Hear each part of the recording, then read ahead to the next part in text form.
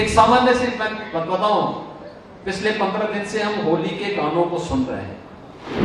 मैं अक्सर चिंतित रहता था कि हमारे पर्व और त्योहार को कितना फूहड़ बनाने का प्रयास हो रहा है, लेकिन इस बार मैं प्रदेश भर के सभी जगहों के गानों को मैं मंगवाता था कि भाई क्या गाने बज रहे हैं, मुझे थोड़ा बताओ, क्योंकि समाज की जानकारी मिलती है। लेकिन हर जगह एक ही गाना होली में बज रहा था, जो राम को लाए हैं। अब अनुमान करिए होली है, लेकिन होली के अवसर पर गाना बज रहा है जो राम को लाए हैं। अब आप सोचिए कितना परिवर्तन हुआ है कला के क्षेत्र में भी और संस्कृति के संवर्धन के लिए। एक सामान्य सी मैं बताऊं, पिछले 15 दिन से हम होली के गानों को सुन रहे हैं। मित्रों, कितना प्रभाव पड़ता है। मैं अक्सर चिंतित रहता था कि हमारे पर्व और त्योहार को कितना फूहड़ बनाने का प्रयास हो रहा है, कितने फोड़ गाने बजते थे। लेकिन इस बार मैं प्रदेश भर के सभी जगहों के गानों को मैं मंगवाता था कि भाई क्या गाने बज रहे हैं, मुझे थोड़ा बताओ, क्योंकि समाज की जानकारी मिलती है। लेकिन हर जगह एक ही गाना होली में बज रहा था, जो राम को लाए हैं।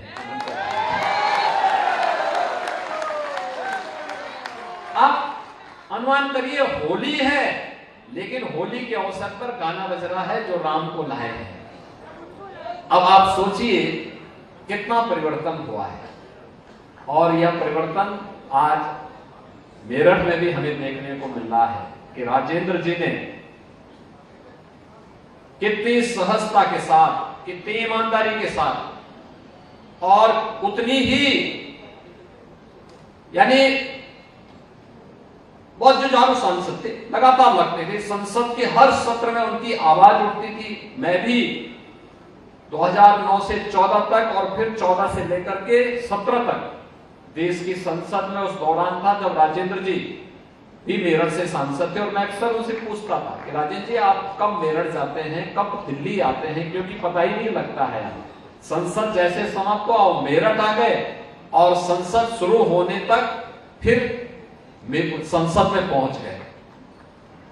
उस समय ये कनेक्टिविटी इतनी अच्छी नहीं थी 2009 में। 14 के पहले की कनेक्टिविटी और 14 के पहले के मेरठ और पश्चिमी उत्तर प्रदेश की जो तस्वीर थी वह आपके सामने है।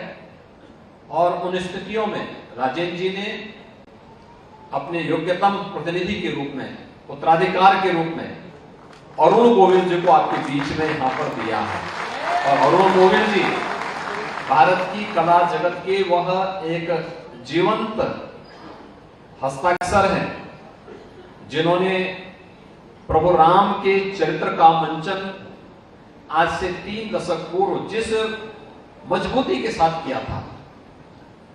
मैं देख रहा था उस समय तो लोकप्रिय था ही, लेकिन कोरोना में 4 साल पहले जब लॉकडाउन लगा था, सबसे ज्यादा मांग हर परिवार से हुई थी कि रामायण सीरियल दिखा।